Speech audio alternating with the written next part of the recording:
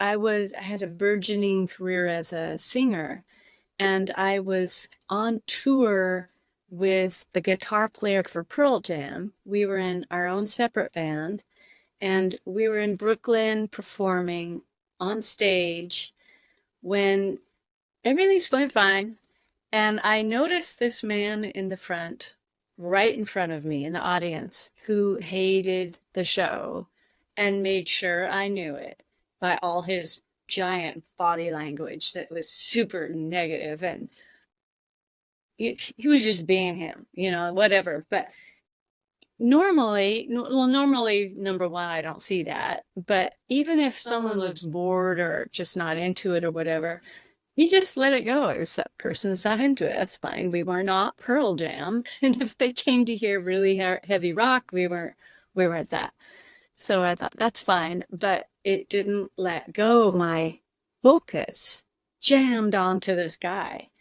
So while I was performing, remembering lyrics, smiling, cueing with the band, all that, another part of my mind started going down this terrible whirlwind of negative thinking, all about myself. And it started about him, then it went to the band, and then it landed quickly onto me and how bad of a singer I am, and how come I'm even on stage, and uh, I can't remember my lyrics, and it went on the entire show, worse and worse and worse. And I've described it before as like, it's like my consciousness was like sitting around like a radio, tuning it, and there's the channel that's the Let's Hate on Barber channel. And it was a stream, no commercial breaks. And it was just like a stream of negative thoughts. And it was disconcerting. And while I had that part of my brain doing that, the other part of my brain performing, a third part of my brain was like looking at all this from behind me, like a witness, the witness conscious. And it was saying, wow, look, you can do all this at the same time. Isn't that fascinating? What an interesting thing to be happening right now. And I was like, get me off this stage. So that night, when I was laying in bed after the show, I started thinking about that. And I asked myself, are these thoughts happening all the time about myself and I'm just not aware of them? I have had therapy. I've done all sorts of things to help myself.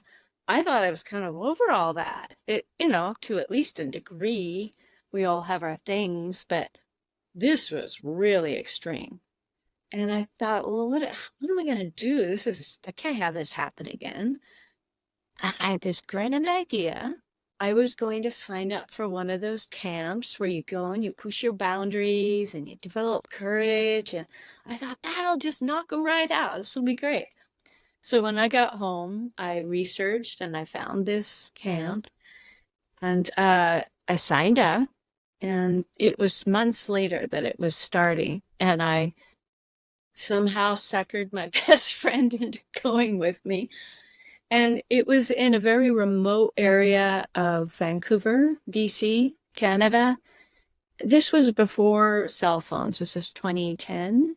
So even if there were cell phones, though, we were such in a remote area, it would not have had a signal. That's how remote it was. And we brought our tents and lugged all this stuff. We were going to be there for a week. We signed liability forms that were terrifying, just non-disclosure forms. So I can't, I feel obligated to not express exactly what happened there, but every night there was sleep deprivation. So I slept 3 hours a night. There was extensive lecturing that was repetitive and ongoing while you're tired. I don't think that's a very kind way of helping people gain knowledge. There was dealing every day was like dealing with fire and heights and blindfolds and scary people that threaten you so that you gain resilience and being like attacked on the street or something like that. That, none of us had any clue what we were getting into. They purposely will not tell you. And so when, for instance, a scary man appears and starts attacking you, you're going, WTF, and then you find out you're supposed to be learning something from it. It was not, in my mind, I would not have led a camp like this, let's just say. But I will say every night I was celebrating because I made it through another day and I did a good job and I was gaining courage. And I just felt like in some freaked out way, I was getting stronger. Well, the last day was an endurance exercise out in the sun and carrying heavy things that was timed. You couldn't slow down at all. And I was doing fine. I had a teammate with me until about halfway. And then I started noticing really odd symptoms like really shaky legs, flashes of light, echoey sounds. Sounds did not sound normal anymore. Very started getting more and more and more scary, and like the senses were colliding and just really not acting like normal senses. None of them. This woman I was teamed with said, "Are you all right?" And I kept trying to hide it from her because she was a little timid and things, and I was trying to be strong for both of us. And so instead, I would say, "Yeah, I'm fine." And I drink way more water because I thought I was getting dehydrated. Well, turns out that was not a good idea because I was suffering from two things at once. One was heat stroke from all that sun beating down. The second one was really important for my personal body, and that was hyponatremia, which is when you wash all the sodium out of your blood. So every time I drank more water, I was washing more sodium out. I was sweating all week, so I was washing it out. And like marathoners die of this because of the extreme physical exertion in the sun. Um, so I barely made it to the end, but I did make it back. And that I'll never forget the image I see in my mind's eye as I'm approaching the finishing line, because there were people on either side of the finishing line cheering us on. But they looked like out of a nightmare. They were strobing, the sounds were going da da da da. There's just scary sounds, flashes of light. I was shaking in my entire body. I was like, I'm gonna faint. So I asked for a medic. I said, tell someone I'm gonna faint. Well, no, they couldn't find anyone. They said, just lay down. Like, that's how helpful these people were. Turns out they did not have a proper medic at this place. The person that did come to help me was so scared when he saw me. And later when my friend found me, she said my skin was gray. I had these vacant eyes with dark circles under them. I couldn't walk by myself anymore. I was really out of it. And the man took, blood pressure and all this stuff, and he was just looking terrified. He did give me electrolytes though, and that contained some salt. So maybe from a physical level, that's what kept me alive. In the long run, I don't know. He said, let's take you back to your tent and have you just lie down. Well, it was too hot to be in my tent, so now I'm laying under a tree with my best friend at my side, just kind of closing her eyes and doing Reiki on me and stuff. And the first thing that started happening was this terrifying sensation of my left leg disappearing from my experience. I couldn't feel it anymore. I couldn't feel weight or volume or heat or anything. And I started kind of screaming. and telling my friend, my leg is gone, my leg is gone. And then my right leg, same thing happened. And then one at a time, each of my arms. So I felt like I was a torso and a head, helpless under this tree. And that, I cannot tell you how frightening that felt. So at that moment, in the midst of this very heightened sense of fear and helplessness, that's the word, this image, this movie started playing that was from, you could call it a memory, but it was not anything like any memory.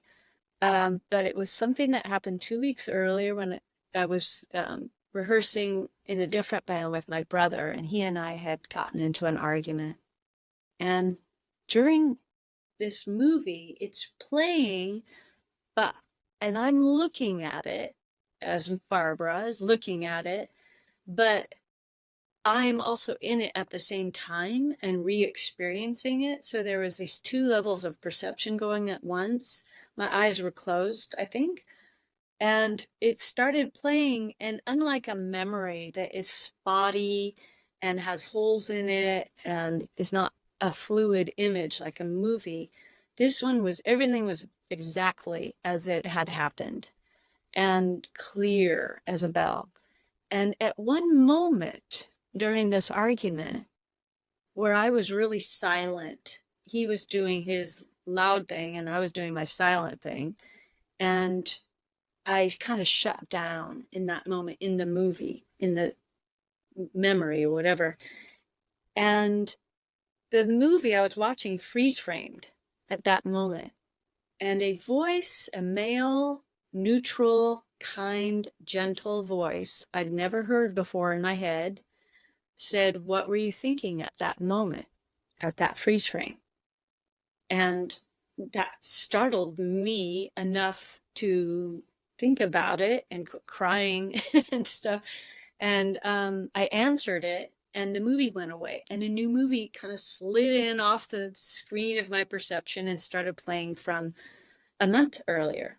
And that one freeze framed at this moment that I looked down.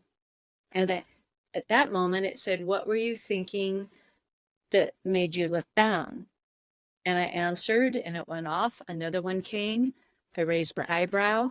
It said, freeze framed. "What were you thinking that made you raise your eyebrow? What does that mean? What did that mean?" And I answered, and this went on, Sabrina, for several hours. All these tiny moments in my adult life, on and on and on, all these relationships where there was a little conflict or there was a moment I was comparing myself to someone else, and I maybe walked into a party or something and thought, "Oh, they're all so successful or beautiful and I'm so whatever I am, at the moment." And it would stop. It was amazing. So it wasn't necessarily moments with every other person. It might have been a moment with my own self, but they were always about my thoughts. A few were about my emotions, but they were always connected to thoughts. This went on, like I said, for several hours. While this was going, and this began right when these movies started, I started feeling the sensation of air puffing out of my head. And I had read enough about spiritual things to know that your life force, when you're dying, leaves the top of your head. And so when I started feeling that, I started feeling a little more nervous that maybe whatever is happening to me is more dangerous than I'm just a rest is going to do.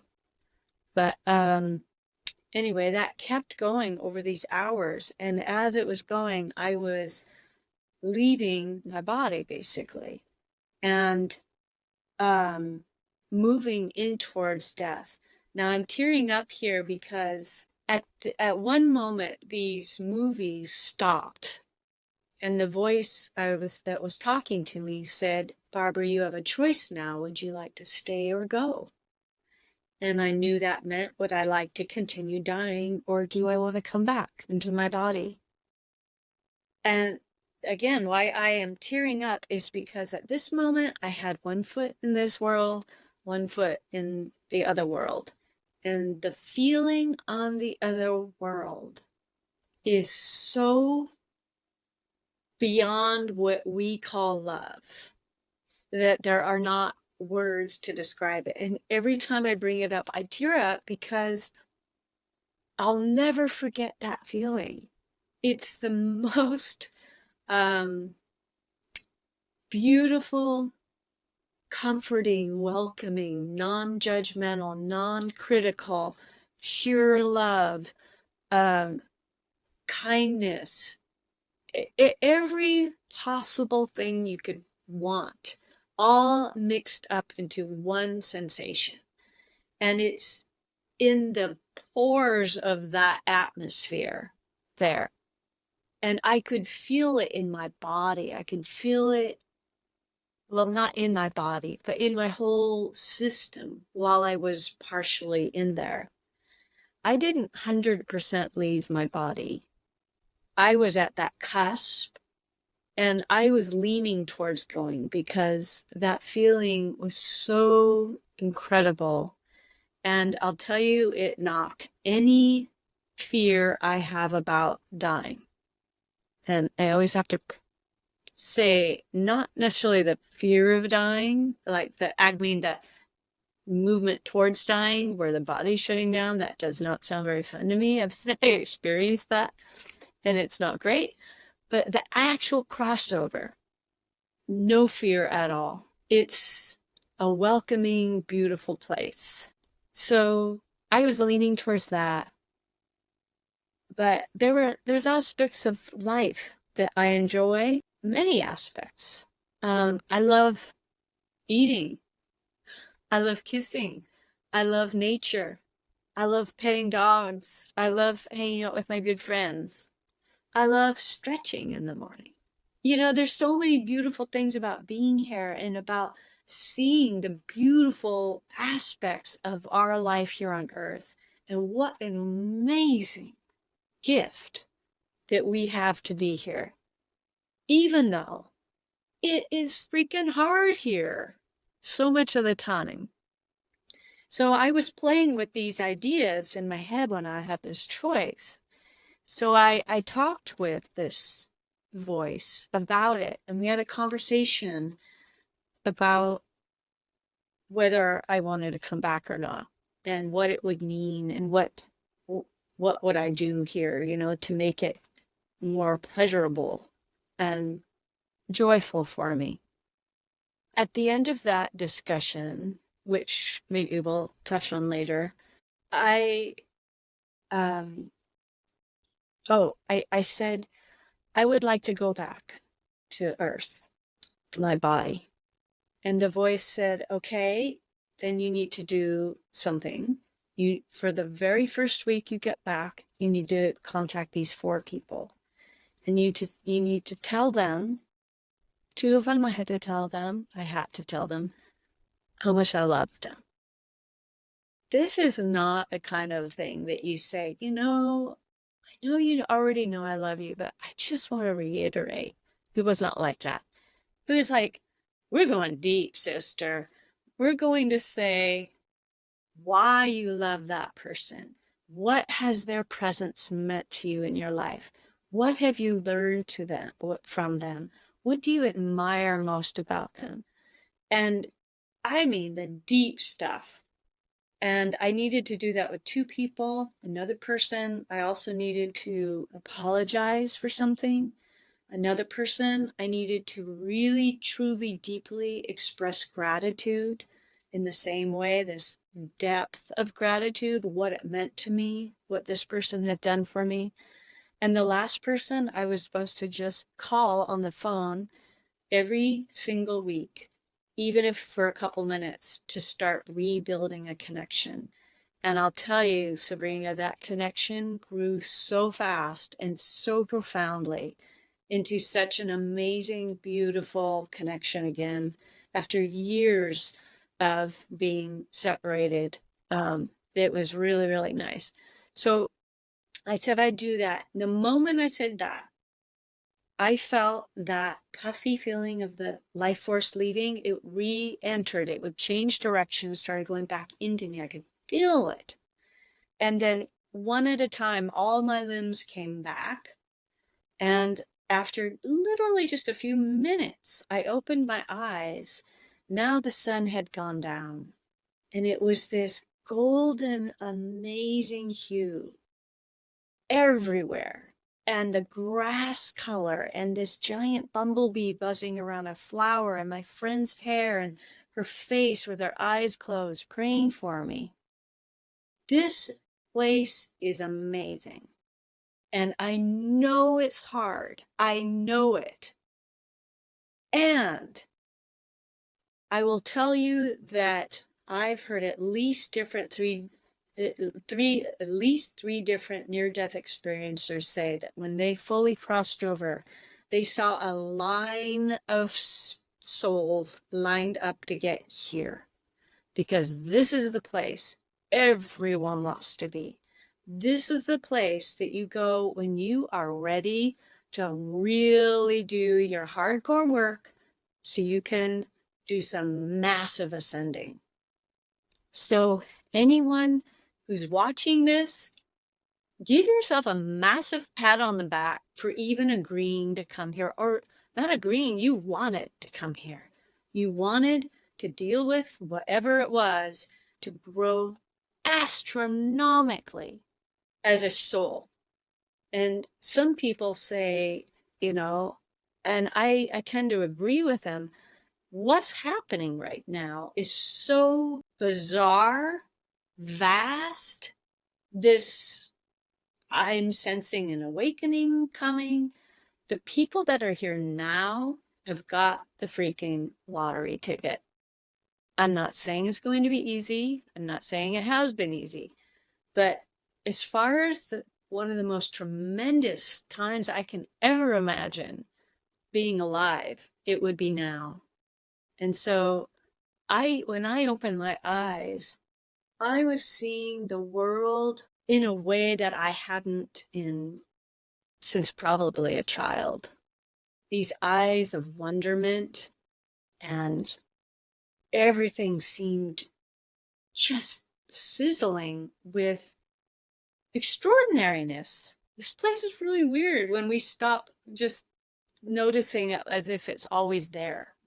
But really, every morning we awaken from a mini death, and you can open your eyes and look at your room and start going, wow, that plant, what is a plant? Does it have consciousness? Does it, just get into something so slowly that it suddenly has magic and wonderment again. So I was that way for a month, where everything was new. It was a serious rebirth feeling it was like being a baby, but the adult consciousness. And best of all, I didn't have my negative thoughts anymore. Not that self-doubt, not that self-criticism. More importantly, even for me, was worry. I worried all the freaking time. That was gone for a month. I was smelling flowers all the time. I was speaking really authentically and honestly with the people, and lovingly. I was appreciating people and everything, food and music I heard in my whole body. It was incredible. And then after about a month, it started to fade, because I started going back into what all of us do, walking around as humans, acting like this is normal. This is not a normal thing. And so I started eating food more quickly, listening to music in the background, just doing normal things, getting annoyed with people, old resentments coming up, and then all the old negative thoughts started coming. All the worries, the self-doubt, the self-criticism, judgment, all of that stuff. And I was PO'd. I was really upset, because I thought, I went to this hardcore count. I've done my therapy and I had a near-death experience, and still I'm going to have this crap. This is so not right. But it's really good I had that moment, because I sat at that moment and I said, what was that? What I now know to be a life review, those movies, was my version of a life review. I said, what was that life review about? Why did it keep asking you about my thoughts? And it dawned on me, okay, the message they were specifically showing me was about the DOS, and specifically negative thoughts about myself and others. And what was that showing me? Well, that answer has developed over the years. And what it first showed me was time to start studying thoughts. What are they? Where do they come from? What are negative emotions? What's depression? What's anxiety? I was on antidepressants. I mean, what is this dip that happens to my mood sometimes? What the hell is that? So I stopped pretty much everything in my life, and I went into 3 strong years of my own research into neuroscience and cellular biology and spiritual aspects of thought and all this stuff. I was experimenting on myself to see what would start changing my own thoughts. And what I discovered, Sabrina, was there are two kinds of negative thinking. There's one type where it comes into your head, the negative thought comes in, and you go, and then it goes away. It doesn't stick with you. And then there's the other kind, I call them negative mind loops, because they go in the mind and then they sit there and loop. And you can't freaking get them out of your head like a bad song. But they are the worries. They are the, I'm such an idiot.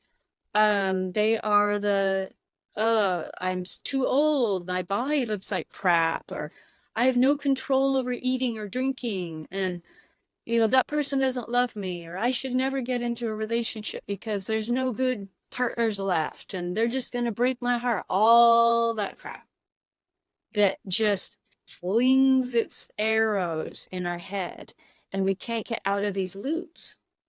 And what happens when we get into a mind loop, like a hamster on a wheel, and we can't get off, that thought will trigger an emotion like anger, fear, envy, self-doubt, all that. And then we're feeling like crap. Now those emotions are stuck in us unless we do something about it. And then guess what? The thought leads to the emotion, leads to behaviors and habits and identity. Now we are the person that is always unlucky, always has money problems, always is low energy, always is overweight, because that's feeding itself constantly into our entire psyche. And so I realized what I wanted to do was figure out a way to interrupt the loops. So it's just a normal negative thought that I hear and it can go on its way. And that's what I worked on over those 3 years until I came up with a way that really worked for me. And I call it the de-looping method, because we're undoing that loop. As I interrupted these loops, my life started dramatically changing to the point where people were like, what are you doing? Like, I remember one woman, this was, I don't know, maybe 8 years though, after my near-death experience. It took me a while to figure this out and then work on myself. And then for her to actually say, you don't even look or sound anything like the person you were when I met you, which was in 2010. And the thing is, my health improved. How I look is very different. My money changed dramatically. And I noticed with money, I was always struggling with money. And I noticed once I started changing these loops about money, this total windfall came into my life from, it was a gift from, well, it wasn't really a gift. It was a relative in another country I hardly knew who died, and she didn't have a will. So I got like $18,000. And I was like, what? This is so bizarre. And once that happened, that was proof in the outer world that I can be abundant. And so I noticed with money, it really helps to have that first thing that changes something. So that maybe it's true with all of our negative thinking, but I noticed it with money and with people I've taught this to.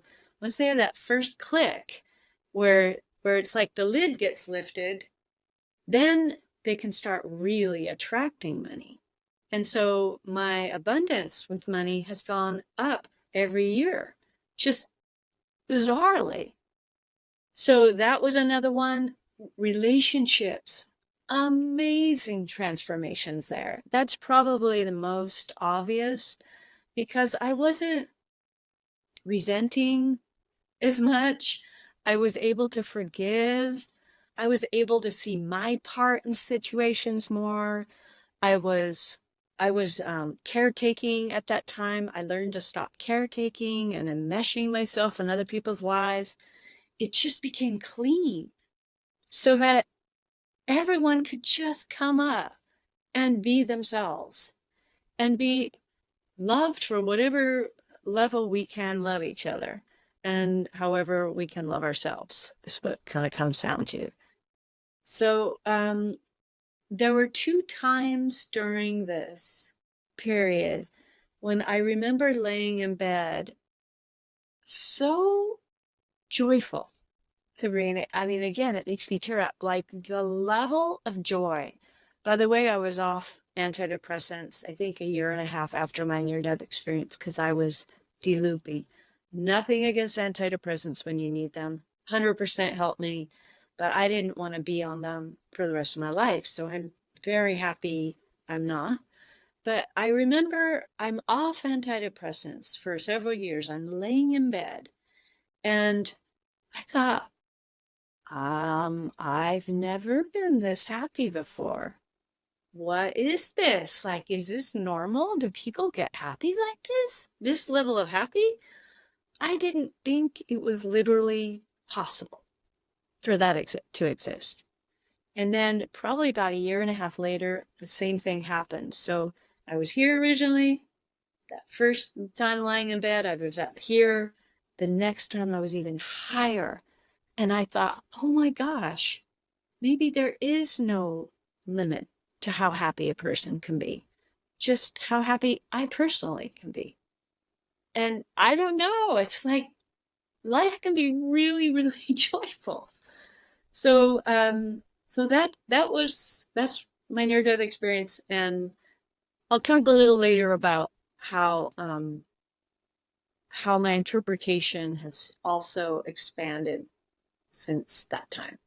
But I wrote a book about it because people kept asking me, what did you do? What did you do? And I started telling them, and then their lives were changing. So I wrote a book called How to Stop Negative Thoughts. And then at least the first phase of the full de-looping system is in there, and it really makes a difference. That's, I think, exactly what we all need, right? It should be required reading for all of us because I think definitely with your background as an artist, I think creative people and artists in general, they're a bit more subjected to scrutiny, right? And to feedback. And it can also make or break your career. So it also makes sense that you pay attention to that feedback. But as we know with so many artists before us, it can also cripple you. We have examples of designers, of singers, so many artists, painters, that all of a sudden this pressure of what will they think, will they understand, why don't they like it, it becomes unbearable. And I think to a lesser extent, that's a performance anxiety that we all feel in our lives, regardless of what our jobs are. We're always wondering, are we pretty enough? I think that's specifically for women. Are we smart enough? Are we good enough? Do we deserve this? And when you talk about this process of thought, that's almost like a self-fulfilling prophecy. You maybe make a mistake and you say, oh, I'm such an idiot. And then the belief that I'm such an idiot will make you make more mistakes, which in turn just reinforces the belief that I am an idiot. So it becomes your identity, and you start operating from, oh, be careful with me because I'm not that smart, like I've done all of those things. So it would be 100%. it would be amazing if you could talk more about how you were able to work with those thoughts, the thoughts of lack, the thoughts of not being enough, the thoughts of will they like me in terms of relationships, but also in terms of your music, your art. How did you manage to change this? Yeah, so the very first step is noticing the thoughts. And this is easier than, or it's harder than it sounds. And so I would do things like because the deal is if we don't even know what these thoughts were, like when I was on stage that time and there were all these thoughts coming, I was like, I didn't even know they were there. They were unconscious.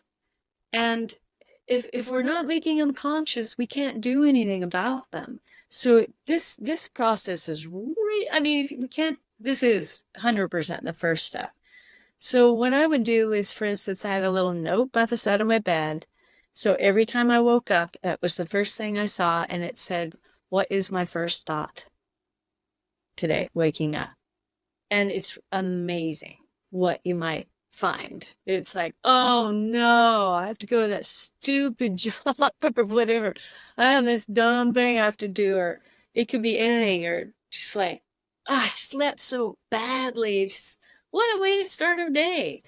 So that was one. Another one is I put alerts on my phone that would just ding go off and it would say, what were you thinking right then? And what was I just thinking about? I also noticed whenever I was feeling a little off, sometimes we can't, one of the steps is deciphering what we're even with the emotion we're feeling, but we may just feel a little uncomfortable and we don't know why. But to catch those, because you can kind of feel sick in your stomach or get a headache suddenly, or just feel off. And those are always clues that a thought has happened and it is now affecting the body with emotions or sensations. So then I'd say, oh, what was I just thinking about? Oh, that report that I've been procrastinating on. Okay, what was my thought? And I started writing them down. And certain thoughts happen so many times a day. So I started putting little notes by each time. Oh, there's that thought again. And I'd note it. So I kind of see which ones are really going nuts in my head. Starting to get just the landscape of my mind. So that was the first step. The second step with the delooping method is there was something, hold on, there was something else I wanted to say. Oh, here's an example, a specific example. After I got that landscape of what I could kind of decipher going on, even if someone does that for a week and they really start getting a clue of what's happening in their mind, then they can start picking out specific things they want to work on. Like, let's say they're noticing a lot of those fears are about how they look. Let's say they don't, they feel like their body doesn't look good enough and summer's coming. Or they're about to start dating someone and they want to look really good. And that person has a great body. Now they're comparing theirs, it's like the mind goes crazy, right? So they can say, I'm going to work this week on catching every thought where I'm comparing my body to someone else, or my appearance, or my smartness, or whatever you want it to be. And as you go through your day, if you make that intention, start noticing your thoughts. And there it is again. Oh, and then you do the de-looping process. So the first one is you notice it. The second step is detaching from it. Because when we think, oh, I'm unattractive, let's say. I am, it's a very powerful statement. I am unattractive. Now, unattractive is part of my identity. I am this. So when you um, detach from the word, you are saying you give it a name. And this sounds really dumb and simple, but UCLA did a study on this. This is amazing with the effects it has on the amygdala part of your brain, the stress part. You just name it. You say, oh, that's a mind loop I just did. Oh, there's that comparison phrase again. That is my old way of thinking, not my new way of thinking. These are just ways of naming it as something else than you. So now the thought is, I have unattractiveness, or even the thought is, I am unattractive, but it's not you anymore. This is a mind loop. It's sitting right here. It's outside of me now. So now I'm detached from it. And I can see it for what it is, which is a random freaking thought that's based on years of programming from my childhood. It's not who you are. And you start figuring that out when you detach from it. You're like, wait a minute, it doesn't happen overnight. You have to do this every day. But it starts rewiring your brain. And you're like, that's not true even, actually. And it's just amazing what happens. And then the third step is detour.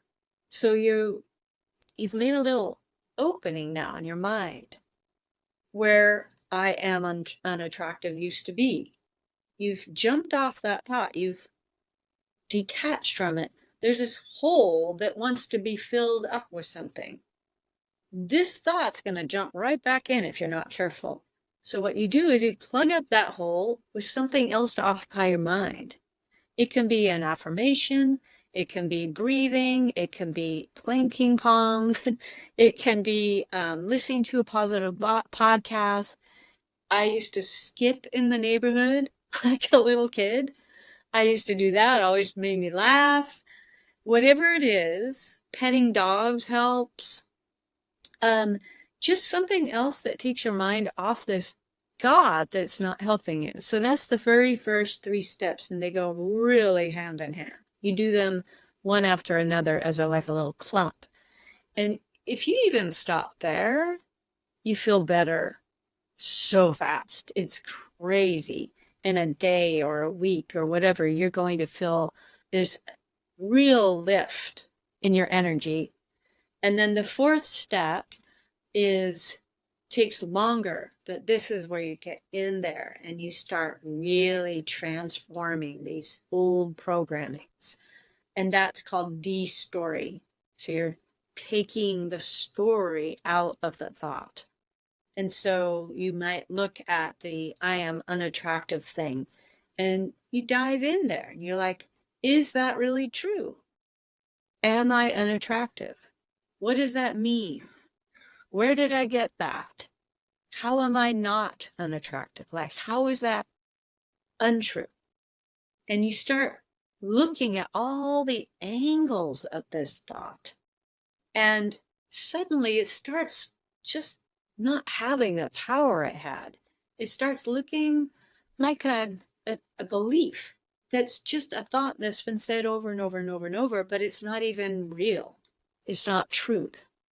So that's the first four steps. That's the stuff in the book.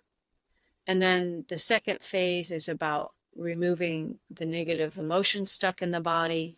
And then the third phase is about actually thinking, well, what do you want? Instead of removing all this stuff you don't want, what do you want? And that's when you can start consciously creating a new experience of your life. I love that. And I think so often one of the things that changed my life absolutely was when I understood that my thoughts are not myself and they're not necessarily true. And when I detached, as you were saying, the thought from me, it became, oh, I am having a thought and not I am unattractive. So it was such a change. But when I noticed those things go by, and I still do have them, but it's much easier to detach and to see it as, oh, this is just my brain repeating something that I've been saying for so long. And my brain wants to keep me safe. And my brain also wants to save energy and to just repeat the things that we've been saying for 35 years. So, Yes. of course, if that's been on my mind every day for 35 years, it it's a loop that keeps going. Yes. So just being able to detach from it is just, yeah, life changing. It And is. And I don't know how much research you or your audience has done on the way on negative thinking, but the statistics, the people that have studied this, they say we have on average, the average person has about 60,000 thoughts every day, and which is a ton of thoughts, and 90% are repetitive. 90% are basically loops or repeating of things. Sure, we need to remember some things, but you can imagine how many of those repetitive thoughts are not helping us. And then the last bit of the statistics was out of those 60,000 thoughts, 90% of which are repetitive, 70% are negative. And we wonder why people are on antidepressants and anti-anxiety meds. God, I wonder why. Our brains are just haywire. And it's like, it's really sad that we're taught algebra in school, which I don't even know what the hell that was anymore. I've never used it in my life once. But we're not taught how to use our minds in a way that help us, because the mind's going to work. The mind's just going to do its thing. And they are problem solvers, and they're trying to protect us, and they're doing all this stuff. But they go off the rails if they're not given a little bit of guidance. And it's not even that hard, but it's after years of not working on it.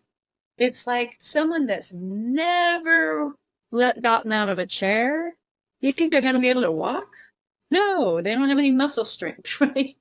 And so for like 35, 45, 50, whatever years old, and we've not worked on these loops, it takes a little while, but it doesn't mean it can't change. It can change really quickly. absolutely. And what I wanted to get deeper into, Barbara, is when you chose to come back on Earth, you were given this assignment to call a few people and tell them you love them and why, and the difference that they've made in your life, as well as apologizing and a few other calls. Why were you given this assignment? I mean, I don't know 100%, but I sure have some strong guesses. One of the I said when I was debating if I wanted to stay or go was I felt like I had some unfinished business here with people. I didn't want to die and leave some detritus behind us, like a mess behind me. So I wanted to clean up my side of the street. I already made that clear with this guide.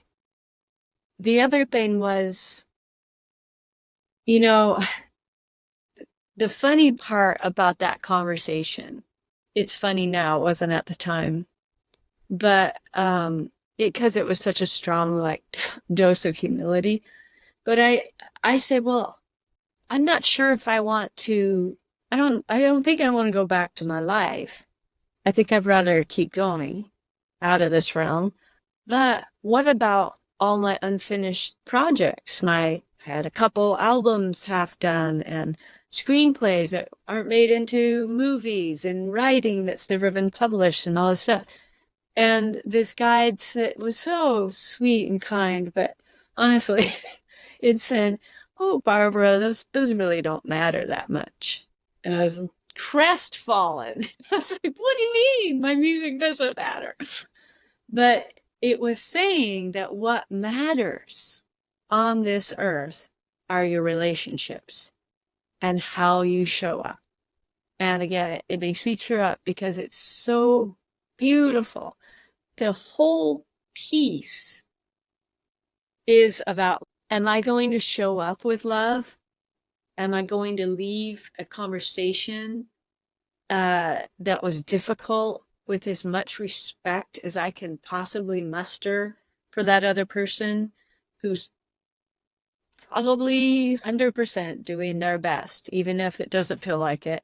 But they have their crappy programming just like I have my crappy programming. And when I walk into a room, am I going to bring my bad mood with me to hang out with these people and complain and shit all over everybody with my problems? Or am I going to just do my best in the moment? And sure, I can go off with a friend and talk about things and work through things, which I always do, or often do. But I'm not going to just go in and complain and gossip and find the worst in everybody and the worst in myself and should all over myself, should this, should that. So it's just noticing how am I acting with other people and how am I acting with myself? Where is the love here? And a lot of this stuff going on in the world these days with really badly with politics. I've never seen anything like this in my life. These factions of hatred that are going on and blame and self-righteousness, that is the exact opposite of what I was being taught. And I would say 98% of NDEers are taught. It seems to be the message is always about love. And so with these political things going on, I just can say everyone's doing the best they can. And all I can do is the best I can. And I'm not going to fall into the dark hole of hating and arguing. Anyway, that's off the topic. The main thing is this place it's about relationships. And so if the voice said, if your music connects you more deeply with yourself or connects someone else with their selves or with another friend of theirs, and the music they share, they listen to your music and they feel some connection with each other because of your music or your lyrics really said, oh, I feel heard because she's saying exactly what I'm feeling. Then it totally matters. But if it has to do with ego or self-worth or like trying to be special or anything like that, then it's like, yeah, okay, you be you. You can leave it behind. It's not that big a deal. But what mattered was your relationship. So my guess is I was to come back and really start working on the relationship aspect. And these were, of course, my closest people, my family, and really close people. I think that's a lesson that many of us need to hear because very often I think the people around us are exactly the relationships that we take for granted. Yes. We never, when you said you had to say exactly why you were grateful or exactly, why you loved that person and why they meant so much to you, it struck me that so often we know why somebody means a lot to us, but we almost never say it, do we? Even in a marriage, you can say love you, bye, or love you, you so home, but there's never, this deep appreciation of, hey, you always take care of this for me. I really appreciate you for doing that. And it's that mindful moment where you're really connecting instead of just saying mindlessly, love you, bye, because we've gotten into that routine, right? Yes. And you can only imagine what it's like for, when you're like this, an example you said, for that husband to hear that being said to him, like this small thing he might do just because he does it, but to have him hear that from his spouse, that it means that much to her or him, that it really, really changes the connection between people. And the healing that happened from those conversations is so remarkable. And two of the people were my parents, and they died recently. I still feel so much loss there, but I'm so grateful I had the opportunity to say how much they meant, because eventually our parents are going to die, and all sorts of people are going to die, and we're going to die. So it's really important to get these things said. I mean, I have several friends where their parents are dying, and I've mentioned this, and I just so wish I could just like shoo them out the door and go. It's like, go tell your mom or dad this, but it's really awkward, and I think it's hard for people to actually do it. And I will say that the three conversations I had with people in person were bizarre, because we do not go this deep. And I was crying and telling them I was freaked out near death experience, and they didn't know what to think about that either.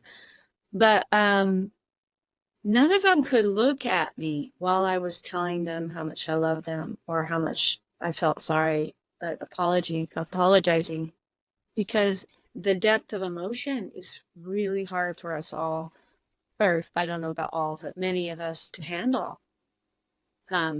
It's real good practice, though. Yeah, we're so not used to it. So even if somebody comes and opens up to you, it's very difficult to accept that. Yes, that too. That's a whole nother thing. Learning to accept and not give, but to accept as well. Exactly. Yeah. It almost ties in, I think, with the negative thinking, right? That if we are ourselves in that negative loop, so imagine you're saying, I'm unattractive, and that's your identity.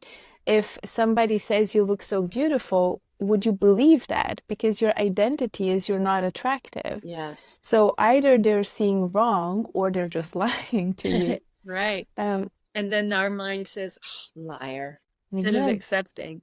And actually, I just want to say something that I thought was so profound. Since this near-death experience, I mean, ever since then, connections with the other side have gotten more and more easy and strong, to the point where it's pretty much all the time now. I have guides and my parents now, deceased people I can talk to. And one of the things that came up once a few years ago, I was really working on my ability to accept, like you said, to receive. And this guide said, when you don't receive, let's say a friend gives me a compliment and I don't believe it, or I don't accept it, or a gift or anything. And I say, oh, no, and, no, that was nothing, whatever. Or, no, you can't buy my dinner tonight. No, let me pay for myself. Whatever this is, or where we push away the gift someone's trying to give us, that creates scar tissue in the giver is trying to give me something. And when I push it away, that creates scar tissue in there. I'm like, well, I don't want that. So I have been really working hard. Well, I don't have too much problem receiving anymore. But it took me years. That was my thing. That was one of my things. So I delooped it. And then when I heard that, I'm like, thank you. I'll just say thank you so. Absolutely. It's so beautiful, and it reminded me of this time when I was, I think, in school or in university, and I would tutor kids, and sometimes I would visit my grandmas who lived close by, close Oh, to one of my students. And I mean, of course, like with retired people, sometimes, what they earn is not too much. But whenever I would visit, they would want to give me just a few dollars to go out or get something nice. And I mean, I was quite comfortable with money. And it always seemed like taking from somebody that doesn't have a lot, because I knew they weren't earning a lot as retired people. So I always said, but like, I do have money. I can afford to go out, have, I don't know what I would buy at that time, but I was always refusing it until one day my dad said, "You're literally taking their joy and pleasure away." yes. I was thinking I was doing the right thing by leaving the person that needs the money more with that. And I mean, it was not a lot of money, maybe $5. But instead, they had this joy that they wanted to contribute to my life, to the person that they loved. And I was rejecting that. Yeah. And from the moment I understood that it's that allowing that, taking it and being grateful, and then maybe the next time saying, "Oh, I've seen this beautiful headband and I bought it with the money that you gave me, so thank you for that." That just made them feel so good. And it's probably one of the best things they could do with their money because they used it to provide joy to somebody they loved. Isn't that beautiful? That is such a good example. Absolutely. I hate it when people don't give the gift, take the gift I'm giving them. It feels horrible. Exactly. Now, what I wanted to end on was you mentioned earlier we're very lucky to be here at this time, and there's a big shift happening. It's a big awakening, and I've heard these messages before. I also know that if we are to open any newspaper or TV show right now, it would be telling us about, you mentioned it earlier, politically, we're all at odds with each other. Geographically, it seems as well. So it almost seems like we're all being pitted against each other. And very often you could feel like it's the hardest time we've had to live through as humanity. So, could you tell me more about why you think now is such an amazing opportunity to be alive and to be on Earth? Yeah, now I will preface this by saying I don't have like insights and predictions the way other people do. I don't know what the hell's going on. I can I do have some information from some guides, but I can say from at least a few aspects. One is I have never seen so many people becoming conscious and at least being curious about what is going on spiritually, for instance. Never in my life have I seen something like this before, where people who have seemed very closed minded are now open and ask questions or come up with things I never thought they would say about just just being open to things. And I think that's the first sign that something is opening, because if we have these closed down beliefs about what this reality is and what we're doing here, there's nowhere for any new positive information to even go. But this is telling me minds are opening. There's a little gap for some things, some light to get into all of our heads, anyone who's opening up and at least curious about it. So that's one thing I've noticed. I mean, I've never seen so many NDE, for instance, interviews in all my life. It just took off exponentially in this, like the last year, it seems like. Um, Another thing I'm noticing is, when old systems or like an angry person or whatever, when they start losing power, they go nuts because they're being backed into a wall. It's like an angry dog. If you if you back him into the wall, he's gonna go nuts and bark and probably bite.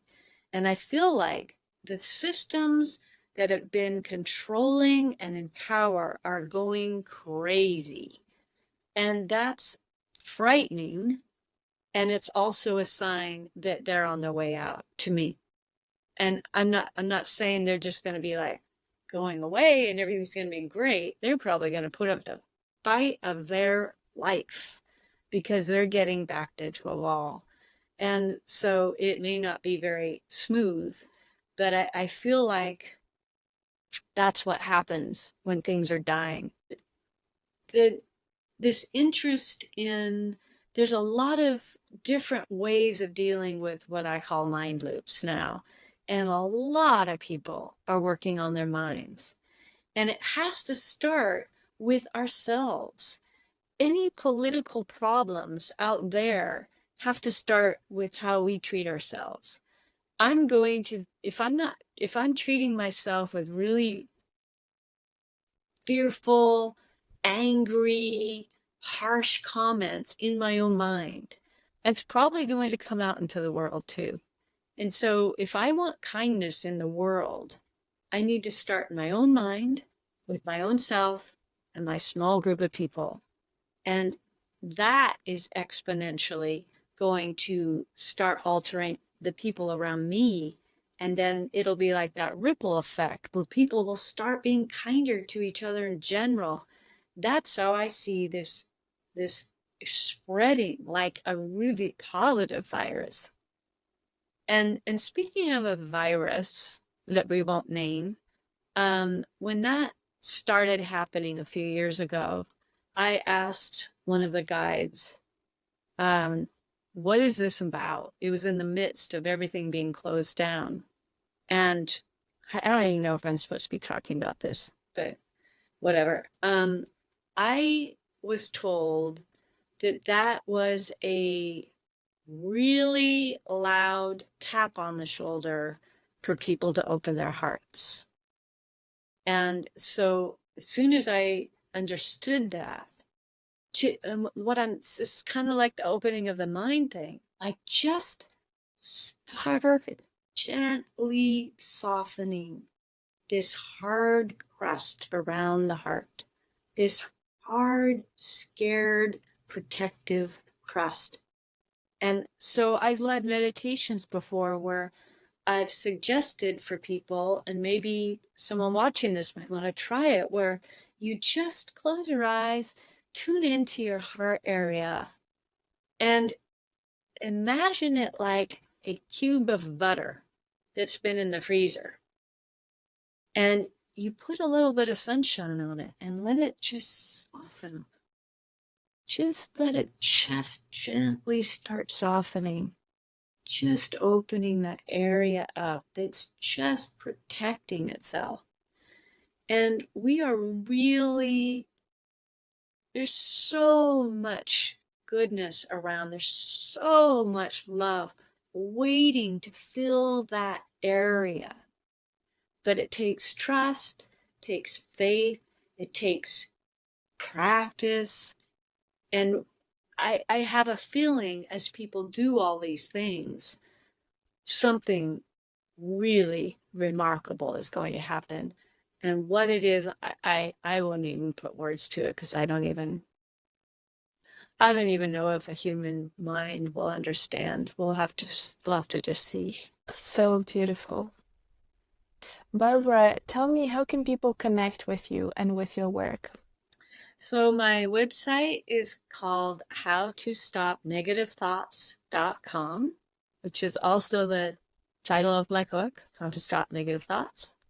And I have another website, barbaraireland.com, which has two little doors. One goes into the mind loops work, which is the website I just gave, and the other one goes into music, at least the jazz music. I'm doing other kinds of music now again. So those are the ways. And just to let people know, I'm starting a really fun group. I don't know when this is coming out, but the group is starting May 15th of 2024. And it's showing the connection between clutter in your environment and clutter in your mind. And a lot of studies have been done about how clutter raises your cortisol, which raises depression, anxiety, health problems, and clutter can cause abundance issues, relationship issues, all sorts of amazing stuff about this connection between the two. So it's a declutter, deloop group, and it's super cheap. It's going to be so affordable. We're giving live events, and it's going to be really fun. And I've done this before, and people showed crazy photos of their trucks loaded with stuff that are being like donated and thrown away, and all these magical things that started happening in their lives, and synchronicities and things, because they were making room for wisdom and abundance and love and other things to come in instead of the things that were pulling their energy down. So if people want to join that, I'll have information very soon on my website.